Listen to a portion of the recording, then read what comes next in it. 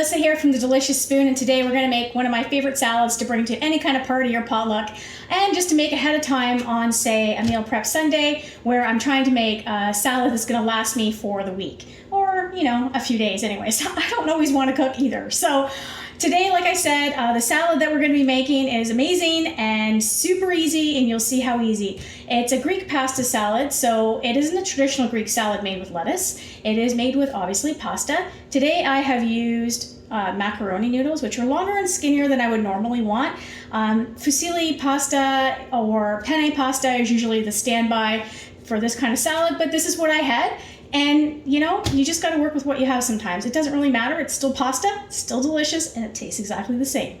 So let's get started with how we're going to do this, okay? So I've already cooked the pasta. You want to cook it just like any pasta to al dente. So if you don't know what that means, that just means, what does it mean? To the tooth, I think, al dente. It just means that you don't want it to be limp and soggy, like flimsy pasta. You want it to just have a little bit of just a tiny bit of resistance when you bite into it. That just gives us some texture, and it just also makes it last a little longer.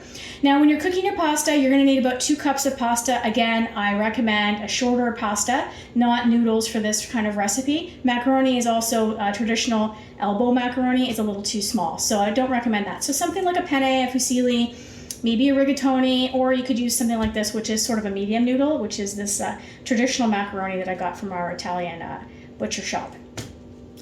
So that is what I would recommend. Now, also, since it's a cold salad, and just with any pasta, after you cook it and drain it in a strainer and remove the water and rinse it, you should be rinsing it with cold water. And what that does is it just stops the pasta from cooking. You don't want it to continue to cook in its own sort of vapors or steam.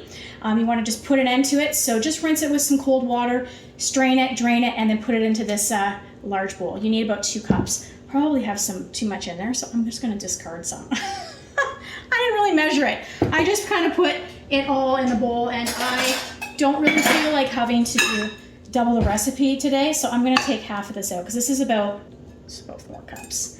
Now I've got about 2 cups in there, maybe a little more. It's not a science. It can be a little more, it can be a little less. You just want to have something that looks to be about 8 servings. So that's it. So what we're going to do is we are going to add some of the traditional Greek-inspired salad recipes, like a cucumber. So we've got 1 cup of chopped cucumber. I like to keep the peel on because I just think it looks pretty. It also adds some vitamins and nutrients. And I use English cucumbers because they tend to be a little sweeter than the traditional shorter garden variety. Then I also like to cube them so that they're just bite-sized and they just look nice. We got that. I've got grape tomatoes here or cherry tomatoes. I've got about half a cup or half a pint I've got half a pint that are cut into halves. You can use grape or cherry or any small tomato that you prefer. So I'm gonna put that in there. I've got half a cup of chopped red onion. I've got kalamata olives, because I mean, what Greek salad doesn't have kalamata olives? And my husband will love the leftovers because it's his favorite. So no pits, take them out because you don't want anybody to choke or break a tooth. You don't want to be responsible for that, especially if you're bringing it to a party. And I like to slice them in half. Again, they just look pretty, they're easier to eat, and they kind of just disperse. You don't have to use as many. So that's what I've got here. It's half a cup of sliced kalamata. That is it for the salad, so I'm just going to leave that in the bowl, and now we're going to make our salad dressing. Okay, so now I've got the salad dressing that I'm going to make. I just have a small bowl, just a little bowl. It's where I put the pasta, and I dumped it to the side. To be honest, it's a cooking show, so of course it's on the counter. I don't need it, so it doesn't matter. Anyway, so I have half a cup of olive oil here. So this is just sort of a Greek-inspired salad dressing. I have 3 tablespoons of Greek yogurt. That's what's going to give it its creamy texture. And don't get me wrong when I say creamy. I don't like creamy dressings. They're not my jam. I don't really like anything that's creamy, like mayo-based salads or anything like that. But this just gives it a really nice flavor, and it's still very thin because you've got the olive oil and other flavorings like the lemon juice. So we've got 2 tablespoons of fresh lemon juice that's squeezed. Make sure you remove the seeds. Got 2 tablespoons of red wine vinegar. I've got 2 teaspoons of dried oregano, 1 teaspoon of salt, and I have a ½ teaspoon of black pepper. I use dry oregano in this recipe just because it's a salad dressing, and with dried you usually use 3 times more than you would with fresh, and since you're using more dried, that gives you a chance for it to kind of disperse throughout the salad dressing and spread out a little bit more and give more flavor. If you do want to use fresh, I just don't recommend it for salad dressings unless you really, really finely chop it. I mean, you can. For the salad dressings, I prefer dried, so that's just a preference. So I got that. And we've got 1 clove of garlic. If you like a little more garlic, feel free to add a little bit more. It's totally fine. But 1 clove will do. And just minced fine, so that's what we're gonna do. So now I'm just gonna use a little whisk, or you can use a fork if you want, and just mix it all up. I use a whisk simply because it helps to break up that Greek yogurt a little bit.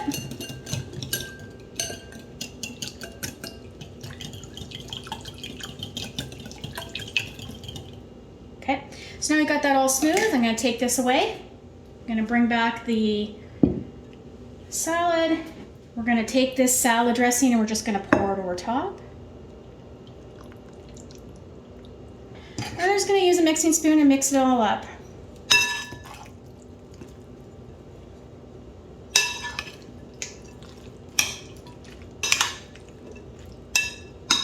And then I'm gonna, of course, you can't have a Greek-inspired salad without feta, so we're gonna add some feta to that as well. I always have feta in my kitchen. I like to add it to my salads and just crumble it on just a traditional salad. Just gives it a little flavor. So I would recommend about ½ cup of feta in this, so just a bunch. I really like Tristella, and I'm not doing a sponsored post for them. That's not part of the deal. I like it because it crumbles. It's a little drier than some of the other brands that I've had, and it just really crumbles up nicely. So 1/3 cup to ½ cup, depending on how feta you like your salad. So I sort of eyeball it. I'm gonna put that, and then I'm gonna rinse my hands because I got feta hands. So now we're just gonna mix this up, and it'll be ready to serve. Perfect. When I was looking at it, I was like, wait a minute. Clearly I didn't read my instructions well enough.